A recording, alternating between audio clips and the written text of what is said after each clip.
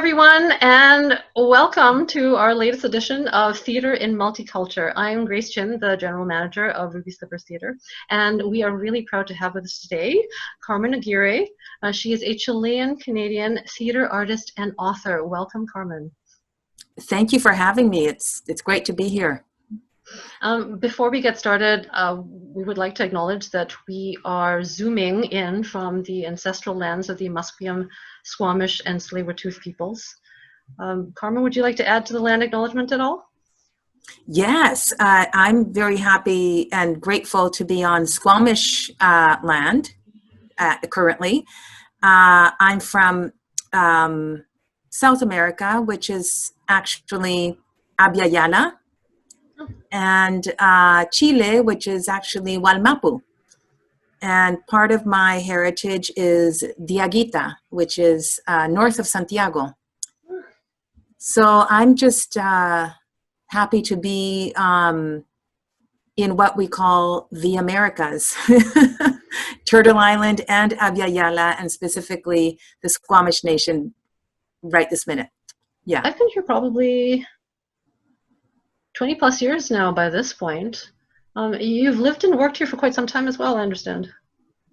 Yes, and I'm happy you said the word settler, because I don't consider myself a settler. I am a refugee. And when I hear the word settler, I kind of hear it as slightly synonymous with colonizer.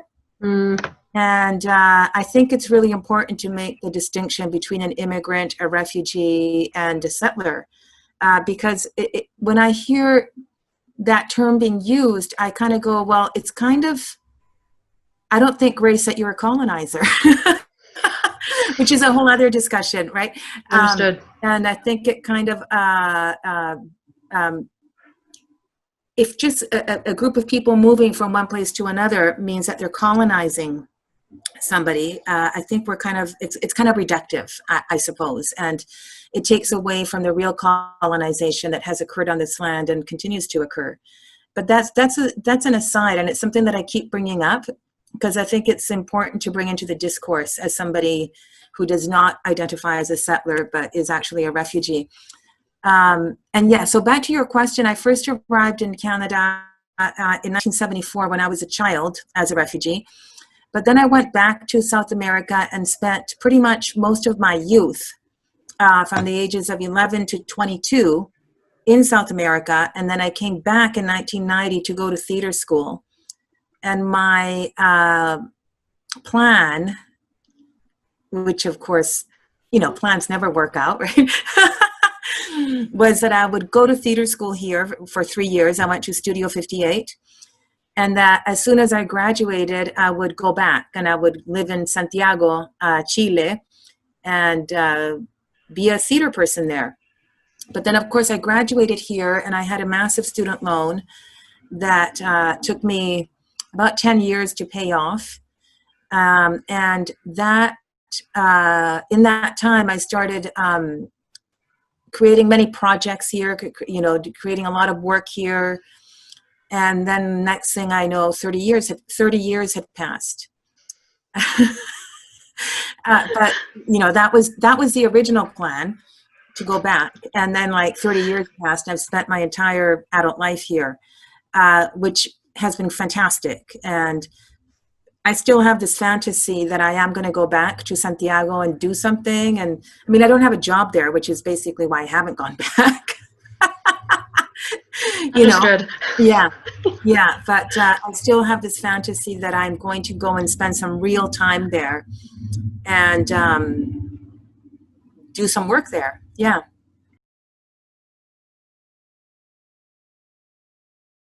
In terms of your lived experience of racism in the industry, like, is there anything that you'd like to share?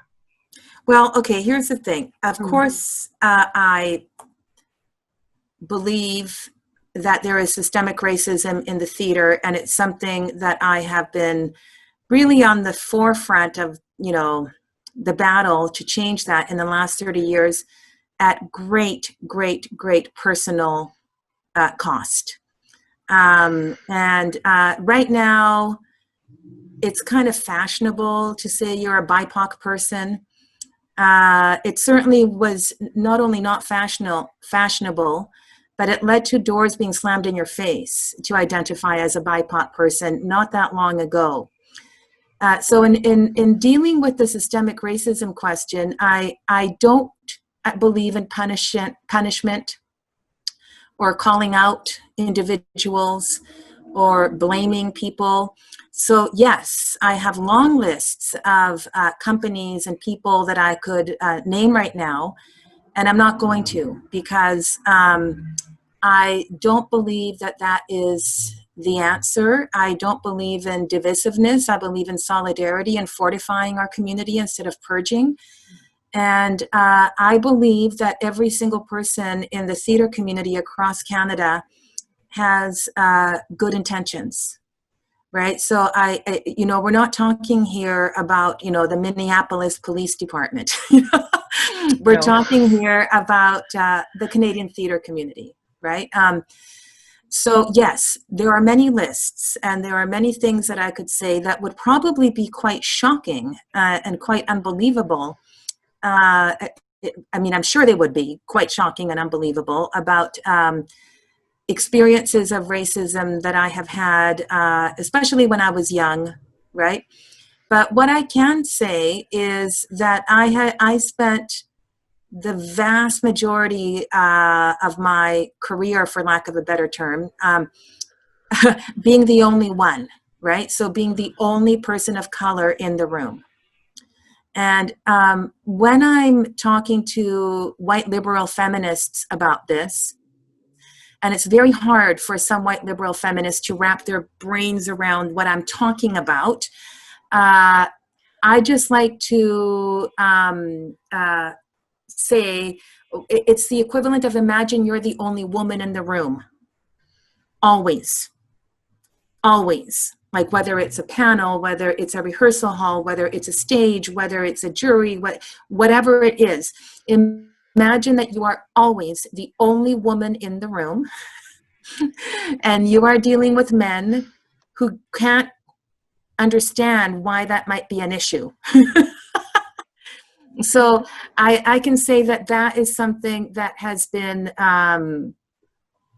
my experience throughout, that not only was I almost always the only person of color in the room, I was also labeled, not in the room, but outside of the room, as a very difficult person because I'm outspoken about these things.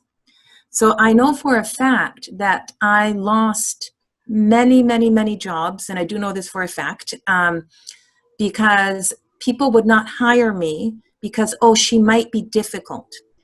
Even though I have never been difficult in a rehearsal hall. I pride myself on being very professional in a rehearsal hall and getting the job done to the best of my ability. I do believe that there's pretty much nobody out there who could accuse me of being unprofessional at work. But there was always this assumption that if I was brought into a rehearsal hall as an anti-racism activist in the theater community, that I would stir up the shit during the workday, which is something that I would never do and have never done, right? So yes, the cost has been very, very high. There are things that, so examples like being the only one, right? Always being the only one. And then being turned down in terms of my writing work over and over and over and over again, and receiving letters as to why I was turned down. And literally in print, like I have the evidence, I have the letters, saying, oh, it's a Latinx voice. We don't really want that voice. Or we had a Latinx voice a couple of years ago, and so we don't need a new one. Again, if you were to just change the term Latinx and replace it with the word woman or female, I think for those people who still can't quite grasp it, I think that's an easy way to go, oh, okay, got it. Lots of experiences of systemic racism that I have paid for dearly, and have cost me a lot. And I think that what's really important in this moment, where all of a sudden it's kind of fashionable to say you're BIPOC, which I find laughable, considering those of us, there are many of us who paid very dearly for being BIPOC and paving the way, is it kind of concerns me, the level of divisiveness that what I call fundamentalist identity politics has, where it's reached. I think it's kind of like it's gone pretty extreme as far as I'm concerned. I am interested in listening to white voices.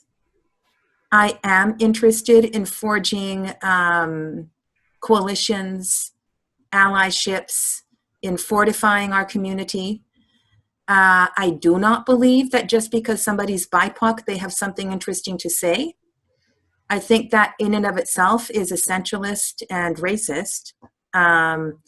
I do want to hear from a lot of white people who I think have a lot of interesting things to say and a lot of ways to move forward, and suggestions and ideas.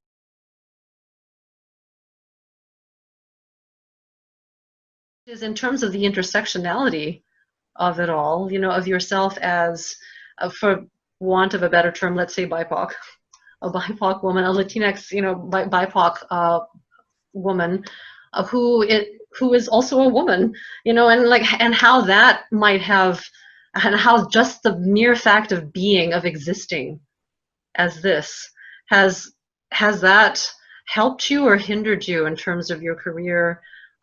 In terms of your career, being both hindered. BIPOC and a woman, hindered Completely. There are peers of mine, like my generation, right? Colleagues who are men of color who were outspoken in the same way, have been outspoken for 30 years in the way that I have been. Almost exactly the same. Who have accolades, unending respect, utmost respect, huge career opportunities that I never have had because I am a woman. And, you know, I think it's pretty hard to argue with that. I think that if I had done exactly what I have done and said exactly the things that I have said in the ways that I have said them, and I were a man, things would be very different for me. And I can almost prove it, right? Like, I'm not a scientist, right? But if I point to my peers who are of the same generation and who basically did the exact same thing I did in terms of their activism, and who have received incredible accolades and respect that I have not. So yeah, the level of sexism, I mean, I don't need to tell you, right? Like, I don't need to tell you about any of this stuff. You're nodding like crazy, right? So Hells yes. Yeah. Did I just say that on live Zoom? Yeah.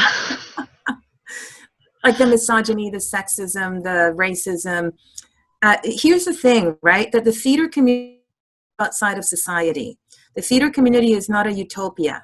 So it shouldn't be any kind of surprise to any of us that the theater community is just like the rest of Canadian society, with wonderful things and things that we need to work on, right? And as we know, Canada is a systemically racist project. And therefore, why wouldn't that systemic racism also be a part of the theater community? Because the theater community is a part of the project we call Canada. The question is, how do we deal with it? Yeah, how do you like in terms of your thoughts on how we can move forward, on how we can help address some of the systemic racism that is this project called Canada? Yes.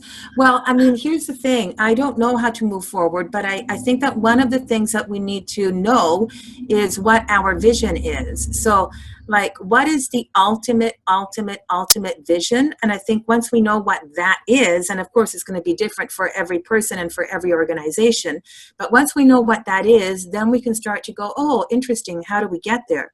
So I know that I have a vision, which could possibly change in the next 5 years because we are always changing. And so in 5 years, I might be like, what the hell was I thinking with that vision? That was dumb. But at this particular conjuncture, I can say that I'm not interested in this identity politics of what I call this fundamentalist identity politics, where it's like my identity is like a commodity that I speculate with. It's like my property that I speculate with and weaponize in order to shut down conversations that I don't like, which I think is what's happening right now. And I'm generalizing, that's not the only thing that's happening, but in terms of that, I see it happening. What I'm interested in is, yes, we've all been racialized, and it's pretty obvious why we've been racialized. It's so that the powers that be can divide us. And that's exactly what's happening right now, right? And so I'm interested in how to undivide ourselves. And one way to look at that is my vision at the moment of what I would think is an ideal theater community is if we look at the stories that are being told and who is on stage telling them, not okay, there's a Chilean play, so we have to make sure that we hire a bunch of Chilean actors. And if we can't find the Chilean actors, we have to make sure they're Latinx. No, we have to make sure that the play is cast in a way that reflects the cultural and racial diversity of Vancouver.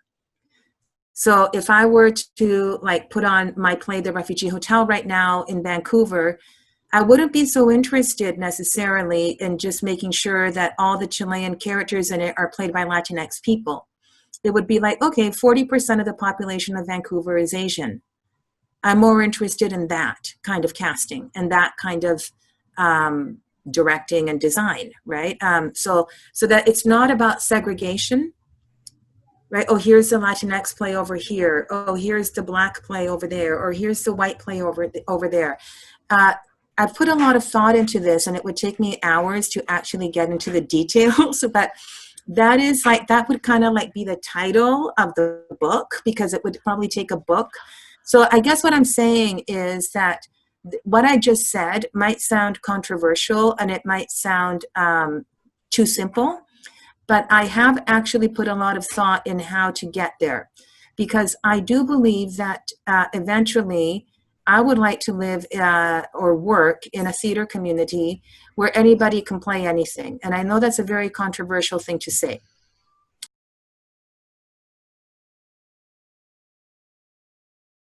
But for me, that's the vision, because I think we enter this profession in order to tell stories and use our imaginations and be empathetic and inhabit characters that are very different from us.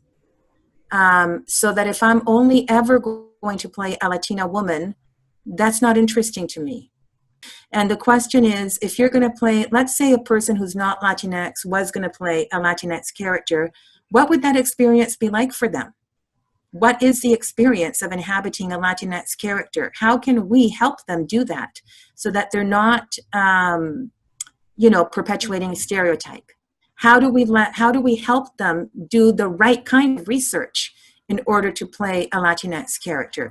All of those conversations are what I'm interested in. So for me, it's not like, oh, the vision has to be more segregation.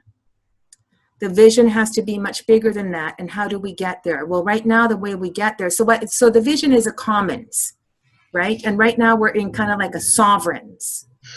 And that is where we have to be right now. There is no doubt. We have to be there right now. But we can't lose sight of the ultimate goal. this is my opinion, and it might change very soon, and I might watch this video in a couple of years and go, well, that was dumb. But those are the thoughts that I'm having. And to be blunt, I've been having those thoughts for 30 years.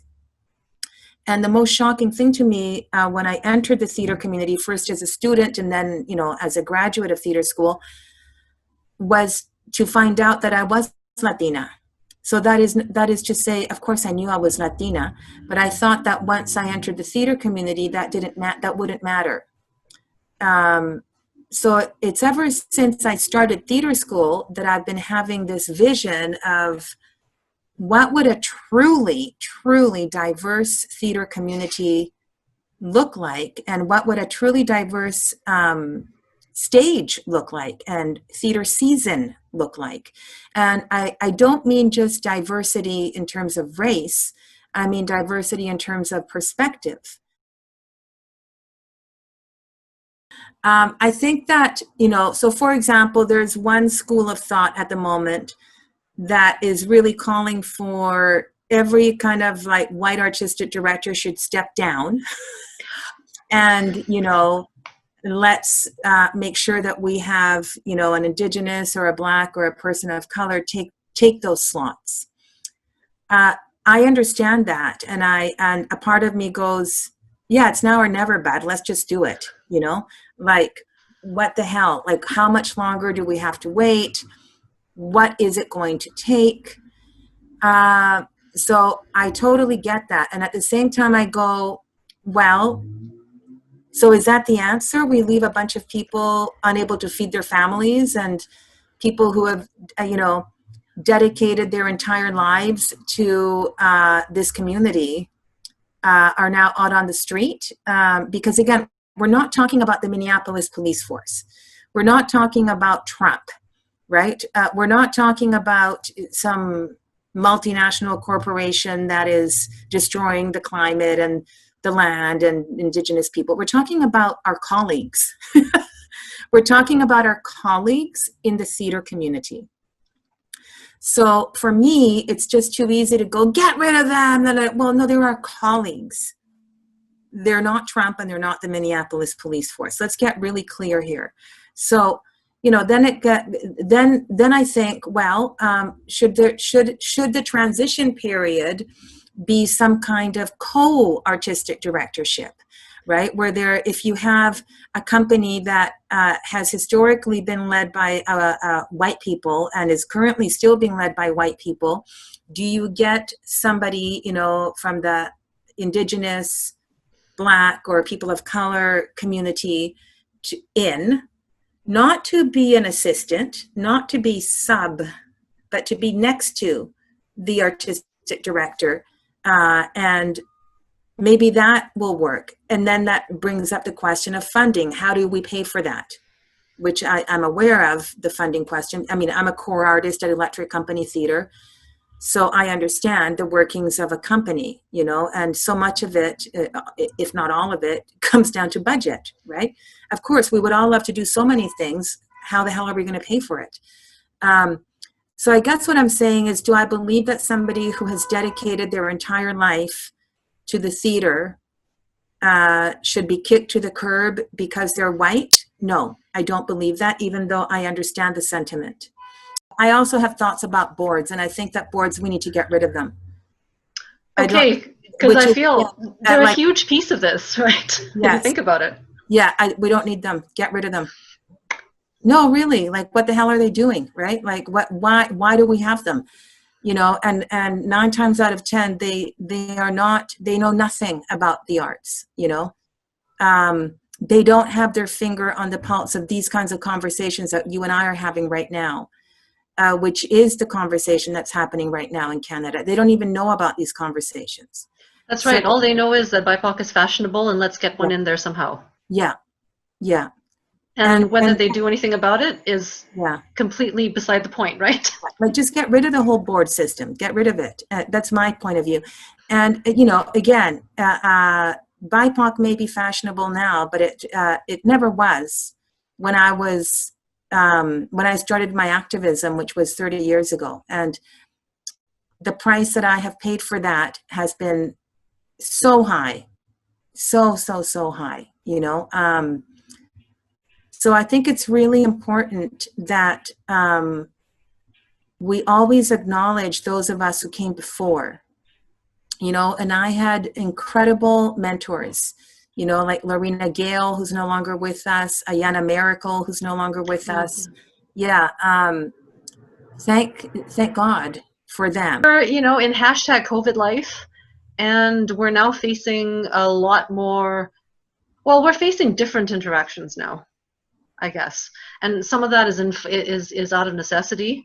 And thank goodness in that sense that we have technological advantages that were not around 30 years ago. Like if this had happened 30 years ago, Oh, yeah. nothing would be happening anywhere, or people would just all be dropping, you know, yeah. Do you see an opportunity in these digital times to affect some of the change that you're talking about, or do you see it as a disadvantage to what we're trying to do?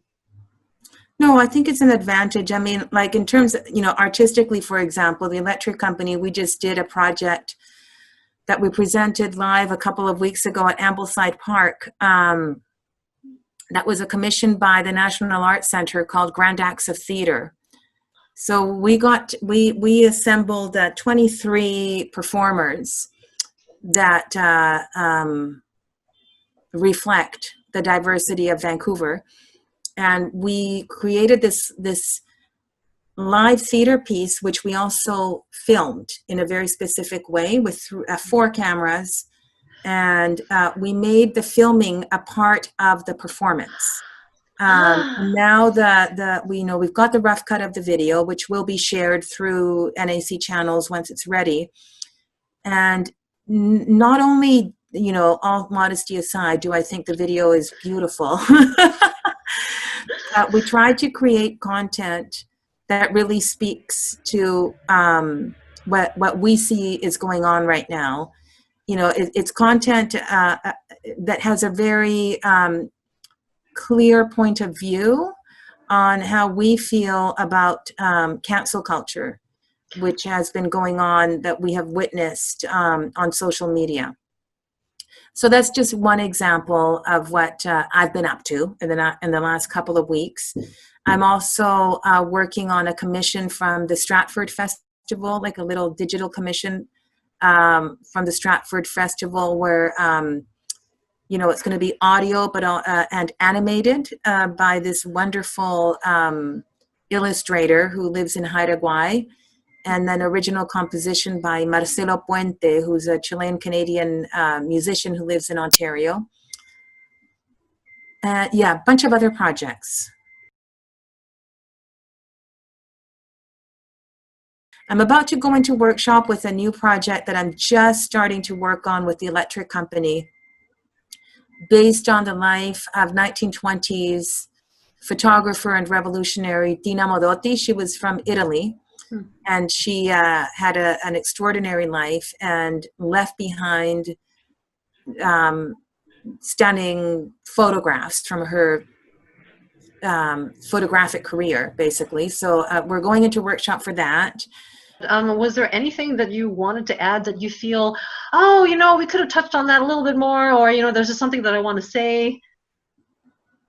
No, I mean, I'm sure I'll think of a million things once we hang up. But at the moment, no, it's great to talk with you and to meet you and to do this. So thanks for having me. Thank you so much for agreeing to speak with us, and like a lot of some serious food for thought, and I guess perhaps some thoughts that might challenge some. But yeah, sure.